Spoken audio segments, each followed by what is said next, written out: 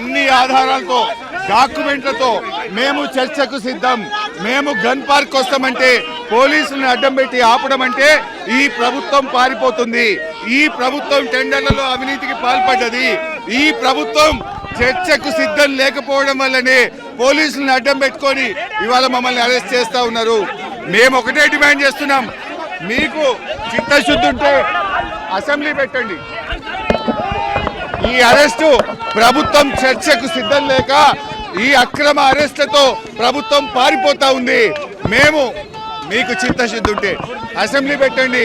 అసెంబ్లీలోనైనా మీ ఆధారాలతో సహా మీ అవినీతిని బయట పెట్టడానికి మేము సిద్ధం. చర్చకు రమ్మన్న మంత్రులు ఎందుకు పారిపోతున్నారు? చర్చకు రమ్మన్న మంత్రులు పోలీసులను అడ్డం పెట్టి మమ్మల్ని ఎందుకు అరెస్ట్ చేస్తున్నారు? అంటే సమైక్యాంధ్ర పాలకుల కంటే కూడా తీవ్రంగా పోలీసులను అడ్డం పెట్టుకొని రాజకీయాలకు పాల్పడతా ఉన్నారు. సవాలు వేసింది మీరే, పారిపోయింది మీరే. ఇప్పుడు జూపల్లి సవాలు వేసిండు, తెలంగాణ భవన్కి వస్తా అన్నాడు, తోక ముడిచిండు. మంత్రులు ముగ్గురు సవాలు వేసిండ్రు, ఆర్ఎస్ ప్రవీణ్ కాదు నువ్వే రావాలి హరీష్ రావు అన్నారు. సరే అని నా కార్యక్రమాలన్నీ రద్దు చేసుకొని గౌరవ మంత్రులు పిలిచారు. ఈ రాష్ట్రంలో దళితులకో బీసీలకో మేలు కావాలని అవినీతిని బయటపెట్టడానికి నేను బయలుదేరి వచ్చాను. తెలంగాణ భవన్ నుంచి మా ఆర్ఎస్ ప్రవీణ్ గారు, మా నాయకులు మాజీ మంత్రులు శ్రీనివాస్ గౌడ్ గారు అందరం కలిసి మేము బయలుదేరినాం. మరి ఎందుకు అరెస్ట్ చేస్తున్నారు?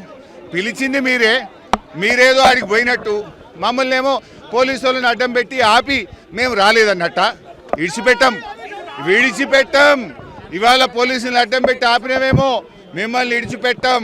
అడుగడుగున ప్రశ్నిస్తూనే ఉంటాం. అసెంబ్లీలో కూడా రేపు చర్చకు పెడతాం. మీ అవినీతిని ఎండగడతాం.